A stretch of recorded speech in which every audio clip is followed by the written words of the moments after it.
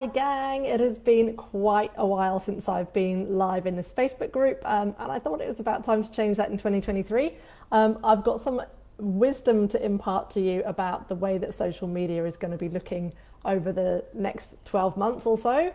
It's been a pretty wild ride, I think you'll agree, for most of us the past 3 years here on social media, and probably like me, you've been seeing that there's, and feeling perhaps that there's some changes afoot, and you're interested to know how you can make best use of those, or what you need to amend in your business strategy and your marketing strategy to make best use of the things that are changing. All right, when you get here, when you're watching this video, just give me a hi in the comments so that I know that you're here. Love to know as we go through this what resonates most with you. What have you been feeling for yourself has been changing on social media over the past 6 to 12 months or so. Okay, let's dive in. There's been a few wacky trends that have been emerging. We've seen the rise of the social media influencer. Sometimes these are coaches, right? They're coaches who have amassed large followings on platforms like Instagram, Facebook, YouTube, TikTok, and they're using their platforms to sell their offers, sell their services to their adoring fans. Completely fine, right? But watch out, because if you're not careful, you might end up with a coach who's more interested in getting the numbers, getting the money in their bank, than being hands-on helping you improve your own business. I know lots of my clients have signed up with some big name coaches, and they've felt honestly let down by the service and support that they've got from that coach. So the second thing that we've seen is the rise of online coaching. Obviously, with the P word, the pandemic, many coaches will have turned to video conferencing platforms like Zoom and Skype to offer personalized coaching programs and one-to-one sessions instead of doing it all in person. How amazing is it? I mean, we're lucky, right? How amazing is it that we can get coached by our favorite person whilst lounging on the couch in our undies? Woo! I know, sometimes I'll put a nice top on and still be in some comfy bottoms on the bottom because it just feels good. How about number 3, greater use of social media for networking? And I think, we're all here, right? We know how it works. So we can use social media now to connect with other professionals in our field, to build our audience, to connect with potential new clients. We can share ideas, we can build relationships that lead to new opportunities, and it's been fantastic because it means we're not limited by our geography. So what can we learn out of all of this, right? With all of the changes and trends that have been happening, one thing remains constant. We find a way to adapt and thrive even in the face of the craziest social media trends. So let's take a quick look at what's in store for us in 2023 and how we can adapt our marketing to make sure that we're staying real and relevant as all of these things change around us. We're going to start with 4 tech and marketing related concepts, and then we'll go on to hear 5 ways that we can make this work for us and things that we need to think about to make sure that we stay relevant in the face of all of these changes coming up. So in at number 1, and I'm pretty sure it won't be a surprise to anyone at all to hear that short form video is going to be king when it comes to your content. We know it's been coming for a long time. Facebook and Instagram, particularly with the rise of TikTok as well, it's been no surprise that short form video is kind of rising fastest than any of the other media types. So it's going to quickly separate the brands and the businesses who grow from those who don't this year, because we've all got falling attention spans. Consumers have falling attention spans, and as I said, the rise of short form videos spurred on by TikTok and even Vine, do you remember Vine back in the day, is now the content of choice. So here's what you need to know about that. The great thing about this short form video is that you don't need to be goofy. You don't need to dance or point or do all that stuff if that's not you. So what I'm going to suggest for you here is to find a style that's comfortable for you and make it engaging in your own way when you've got something important to say. You don't have to do this. You don't have to do any of this pointing into the air and hands out with a caption that flows out from the palms of your hands if you don't want to. You don't have to do any of that. What I want you to do is look at prioritizing Reels, yes, and YouTube Shorts especially, right? We're looking at TikTok for sure, we're looking at Reels for sure, but YouTube Shorts and YouTube are still number 2 and number 1 in the search engine market. YouTube is already dropping shorts in search engine results pages. So that's how powerful that is. And you can repurpose your Reels into YouTube Shorts and upload them to YouTube Shorts, okay? So all you need to do is get your trusty phone, create a vertical video template, or you can build one in Canva if you want that has got your branding on it. You don't even need a template.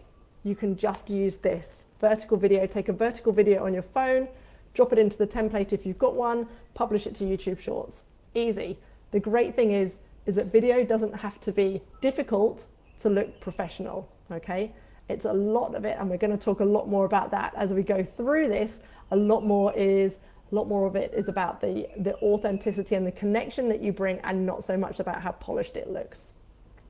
Let's talk a little bit more about YouTube Shorts, because you're going to want to get involved. So YouTube Shorts launched back in 2021, and we know that YouTube has been traditionally all about long form videos, and that's still a really powerful content format for growth, absolutely, and we'll talk a bit more about that too.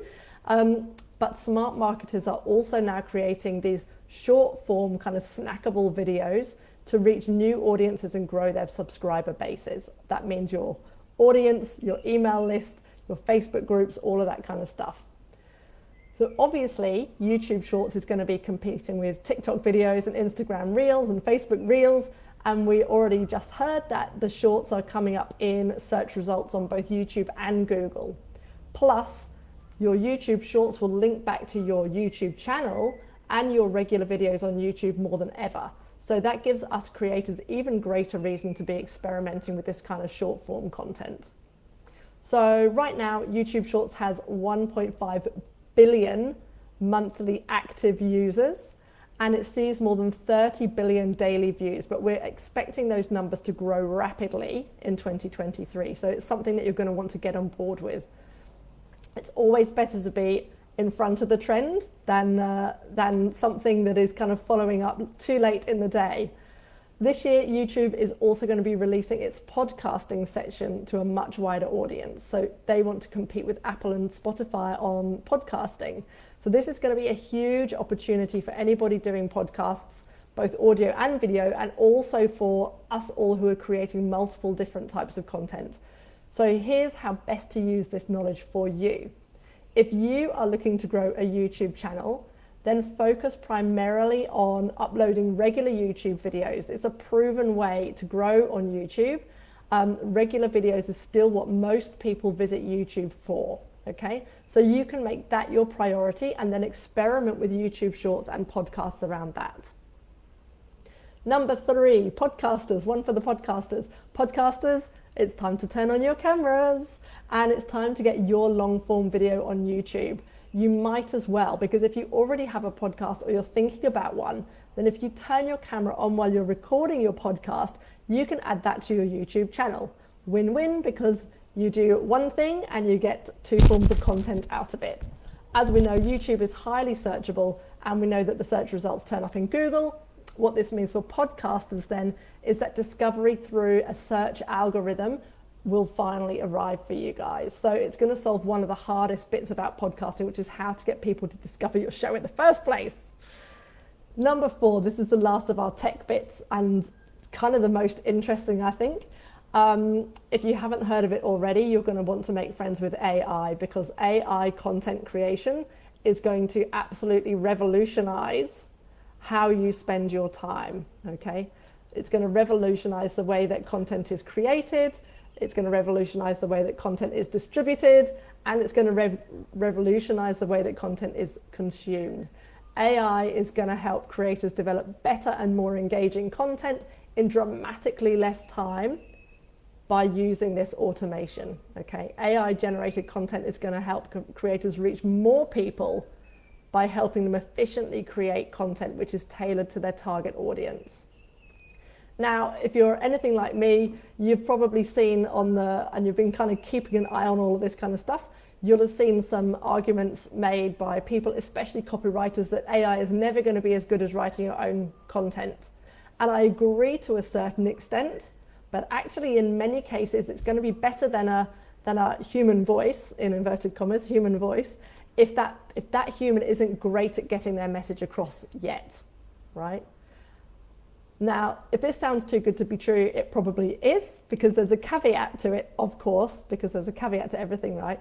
The caveat to this is that AI is only as good as the questions that you give it to answer. So you still have to understand your niche. You still have to understand your field. You still have to understand your audience's limitations and obstacles and beliefs and dreams and all that kind of stuff. You still need to understand your own brand voice, really importantly, to make sure that the AI generated content sounds like you. I don't know if you've already started playing with AI generated content, but you can make it sound almost any way you want it to, but it's not going to be a shortcut to just copy paste.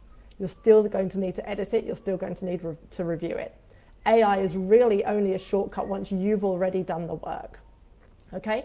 The other thing about AI is it's not a substitute for learning more about your field. You still have to understand and have the knowledge and the expertise to be able to serve your clients when they show up, right? And so AI is not going to be a shortcut for you in those kind of ways. Really, really important. You've still got to use your brain is the kind of final end point on that. So as far as the recent content explosion goes, and you guys, you're probably like me, you've seen there's more and more and more stuff in the feed, and your stuff gets seen less and less and less and less. The algorithm is not in our favor right now. But as far as AI goes, what this means for content is you ain't seen nothing yet, guys. Because when AI does work for people, it means more people are producing more content, and the social media noise is about to get much, much louder. So you've got to get involved with this technology. For me, you guys, I think it's kind of terrifying and exciting in equal measures. So for me, it's a case of don't fight it, but master it. Let me know in the comments, have you already started playing with AI like ChatGPT and things like that? There's another one called ChatSonic. Let me know in the comments if you've started playing with those kind of things yet and how you're finding it. Okay, let's go on to the last bits, which are more kind of marketing related concepts, I suppose. So at number 5 in our list of 9, we really want to love hard on our audience, because it is that proactive audience engagement that converts people. So there's more of us creating content. Every platform we're on is going to become more saturated. That means there's much less space in the field for all of us. However, those of us who are proactively and strategically engaging with our audiences are still going to win. So creating content and building a following on social media is super vital for audience growth. If you don't have an email list yet, you should absolutely start one today, or yesterday would have been an even better day to start your email list. And brand building, super important too. But we know, don't we, that likes and a big audience alone is not going to be the thing that delivers you the leads and delivers you the sales that you want in your business to make you really successful. You guys have to have a strategy in place for converting your social media followers into paying clients. That means you've got to get proactive. I was talking to a client of mine about this only yesterday. You have to be proactive. You have to personally reach out to your audience and bring them back to your business. Bring them back to what you offer. Bring them back to the service that you provide. This is going to be uncomfortable for a lot of people. I get it. Totally get it. It's going to be uncomfortable for people who wait for the sale by endlessly kind of producing content on a kind of a hamster wheel. But the few that push themselves out of their comfort zone and do this work and do it well are going to absolutely see the rewards. It's not that difficult to put the processes in place, and you don't need to have a huge audience to make a lot of money. Here are the things you need to do, you guys. Number 1, yes, create content to attract the right clients and build an audience. Number 2, create what we call hand raiser content to identify specific people in your audience that have shown an interest in your offers or shown that they have a problem that you can help fix. They have a problem that your offers solve, okay? Number 3, you've got to start reaching out to those people and having a meaningful, helpful conversation. Or what I love to do is I love to run a workshop that separates people out that have the problem from those that don't have the problem, okay? I'll run a workshop or a challenge, I invite my audience to that, and then I'll make the pitch, I'll make the offer, and I'll follow up. 4 steps, that's all it takes. And the strategy that I've just outlined, this 4-step strategy that I just outlined, I know it might feel like it's a big thing for you and it might feel time consuming, and of course it does require human input. We're running businesses, you guys, but it delivers so much more results than just that kind of constant hamster wheel of content creation. Plus it can be scaled. This can be scaled, but you've got to be much, much more than just a content creator. So businesses that want more out of their content will need to focus less on creating tons and tons of content and more on how to convert those followers into customers and clients. And you absolutely need to have a strategy in place to get this done without going crazy. Number 6, here's where you guys come in, right? Because this year, stories, like real and relevant personal stories, are really going to win, because when we take what we know about AI into account, we also need to remember that the common thread through social media is human connection. That's why these platforms were set up. I mean, obviously other nefarious reasons, but that's what they want. They want you to stay on the platform for longer, and the way that the algorithms work is that when you're connected to people, they show your stuff to more people. So the businesses that connect the best with their audiences and build those strong communities online will be the ones that are best positioned for success this year. And that raises the question, I guess, how do you build a community in a noisy, distrustful, short form world where content is generated by AI, right? And you do that by putting your personality first. Your personality first, and telling stories with meaning that have a lesson in it for your audience. AI can only do it to a certain point right now, and it can't tell your personal story at all, since it can't search your brain yet. Being real and relevant is going to be more important than ever. Humans, we know, right? We know that humans have bonded through sharing stories since the days when we all sat around campfires as cavemen and cavewomen and cave children. Stories enrich our examples with meaning. When you're teaching something, share a story about it. Stories give us a journey that we can see ourselves on, that our audience can see themselves on. Stories can bring us joy, stories can bring us laughter, sadness, shock, or empathy. Stories help our audience shift their mindset. Stories help our audience shift their beliefs around whether they can or can't do something. And a story could be a 60-second reel. It could be a static written post, or it could be a whole podcast episode. The great thing is that you get to choose. So we can change our focus from hacking algorithms, in inverted commas, and I talk about this a lot. We don't want to hack the algorithm. Let's face it, they change so often there really isn't much point in trying to keep up with all the nitty-gritty changes that they make. But our focus should always be on having a message worth sharing, regardless of where you share it or how, and having that audience interaction. Super duper important. In at number 7, so we've just got a couple more left. In at number 7, building trust with your audience. I mean, it goes without saying, and there's been a lot going on in the past few years. You've probably noticed content has divided some people, it's divided whole families, and it's brought others together. Facebook and Instagram are still big players in social media. Don't let anyone tell you that you have to be on TikTok to grow your business if you don't want to be. Unless you have a super young audience as your ideal client, people are still going on Instagram and Facebook all the time. Instead, what I'd invite you to do is call out something either in a playful or a serious tone that only your niche will understand, kind of like an inside joke. So the people that are using this kind of strategy are seeing massive growth right now because their content is getting shared to their ideal audience. That might be memes, it might be, an inside joke that you guys might understand from me is how much I hate sending 50 friend requests a day and how I don't do that and I don't teach that. And so that kind of content is the kind of content that separates people out.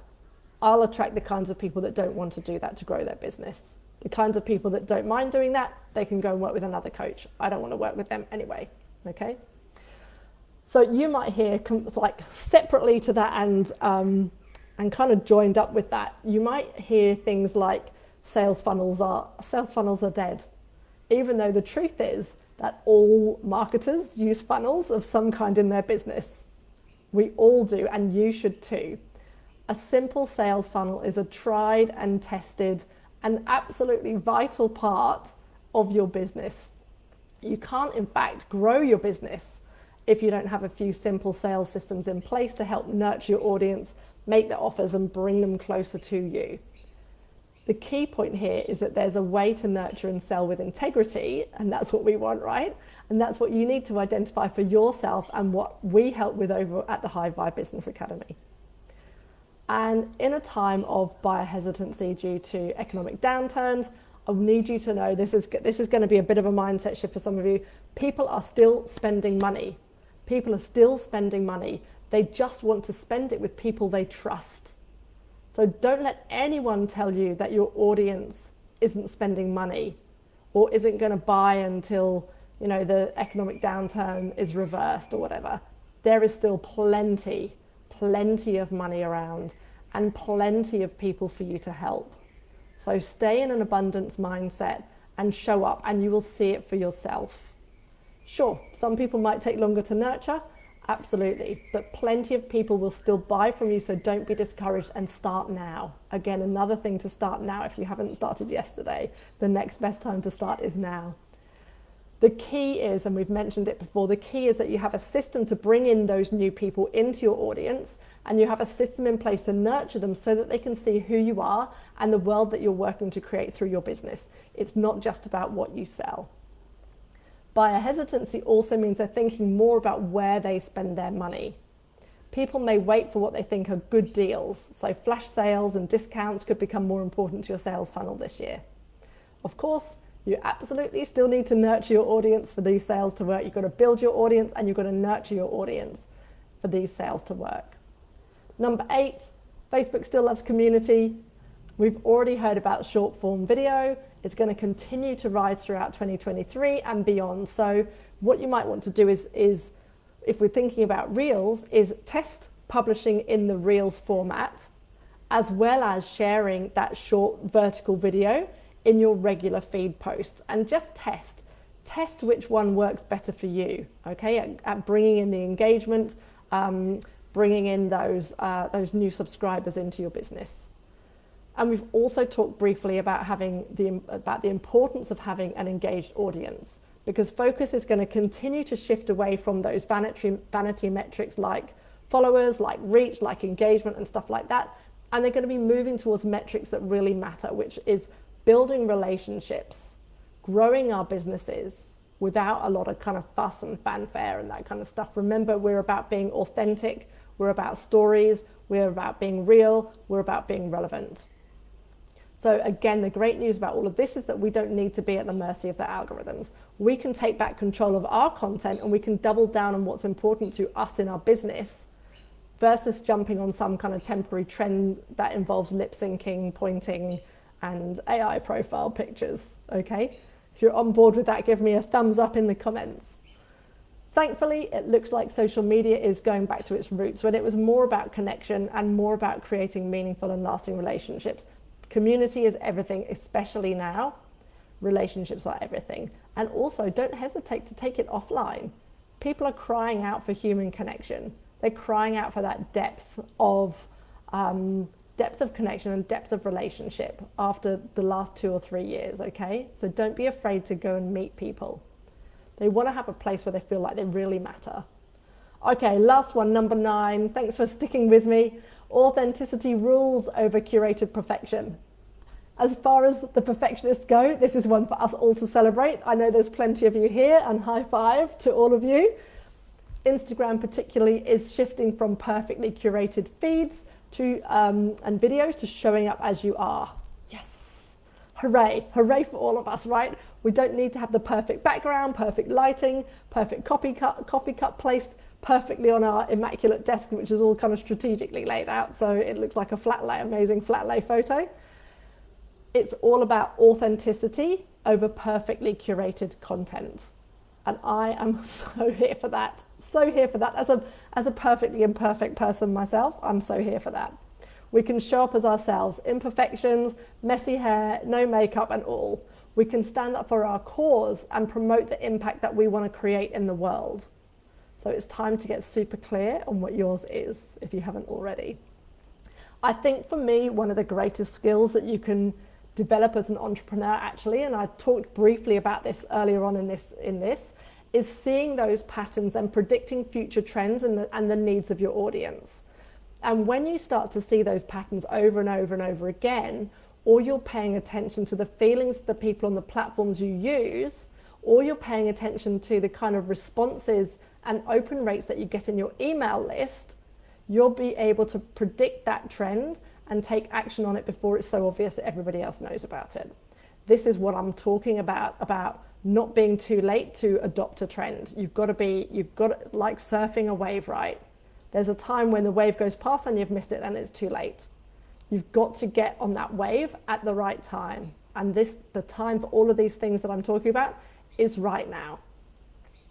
So the things that people are talking about right now, that echo the above, right? That we're moving past is that curated content. So instead, we're going for like almost messy content, right? I mean, don't try and be messy, but just show up as you are. So it's user-generated content. It's going to be the death of trending sounds and reels. It's going to be the death of lip syncing over other people's audience. People just aren't interested in watching 50 different people doing the same thing. So you need to come up with your own original content, use your own voice, your own mouth, and create reels and create short form videos where people can see you and hear you.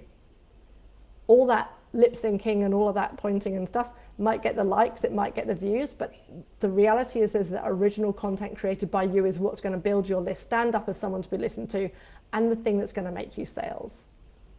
So that's because when you're following trends, especially as a late adopter, no one really knows who you are, what you stand for, or whether they can trust you. All they know is that you're good at copying the trend, and that doesn't tell them anything about you or what you do.